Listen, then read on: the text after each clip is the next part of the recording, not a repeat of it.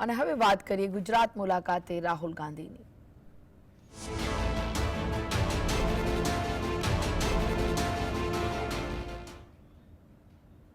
તો મહત્વના સમાચાર મળી રહ્યા છે, નજર કરીએ મહત્વના સમાચાર પર। આજથી 2 દિવસ રાહુલ ગાંધી ગુજરાત પ્રવાસે આવી રહ્યા છે। લોકસભામાં વિપક્ષના નેતા રાહુલ ગાંધી આજથી 2 દિવસે ગુજરાત પ્રવાસે છે। 7 અને 8 માર્ચના રોજ અમદાવાદમાં રહેશે। લોકસભામાં પોતાની ચર્ચા દરમિયાન આવનારી ગુજરાત વિધાનસભાની ચૂંટણીમાં કોંગ્રેસની સરકાર બનશે તેવો દ્રઢ નિશ્ચય તેમણે રજૂ કર્યો હતો।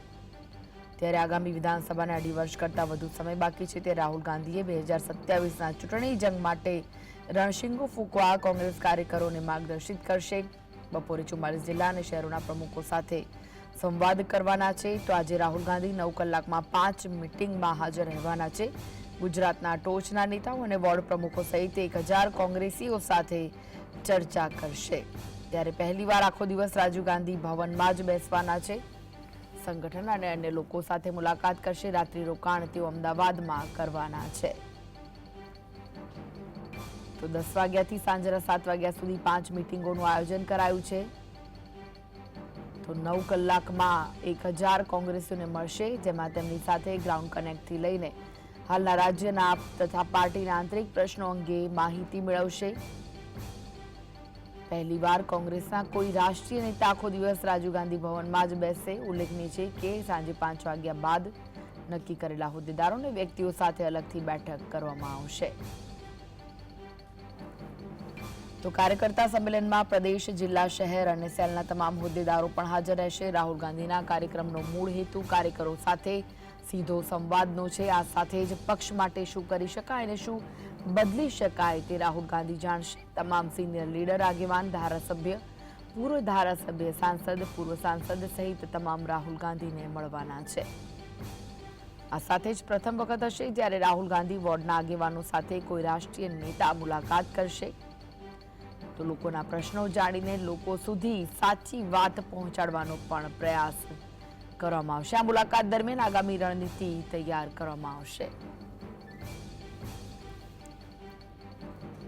તો રાહુલ ગાંધી 7 અને 8 તારીખે ગુજરાત પ્રવાસે છે, ત્યારે તેઓ વિવિધ કાર્યક્રમોમાં હાજરી આપશે। 8મી તારીખે કોંગ્રેસના કાર્યકરો સાથે સંવાદ કરવાના છે।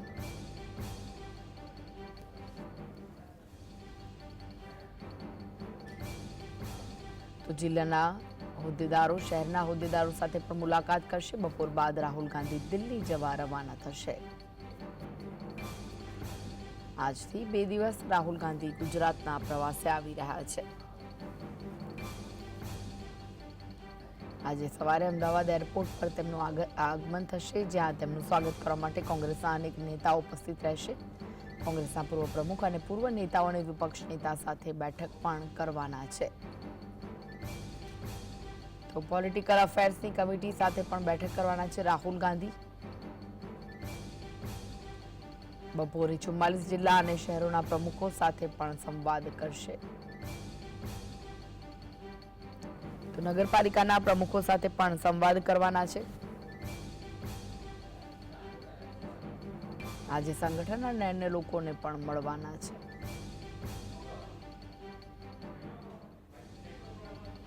રાત્રિ રોકાણ અમદાવાદ ખાતે કરવાના છે।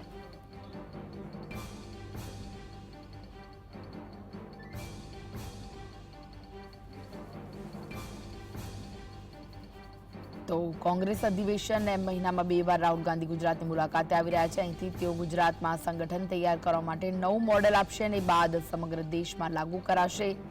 રાહુલ ગાંધીની અચાનક સક્રિયતા જોઈ ગુજરાત કોંગ્રેસમાં પણ નવું જોમ જોવા મળી રહ્યું છે।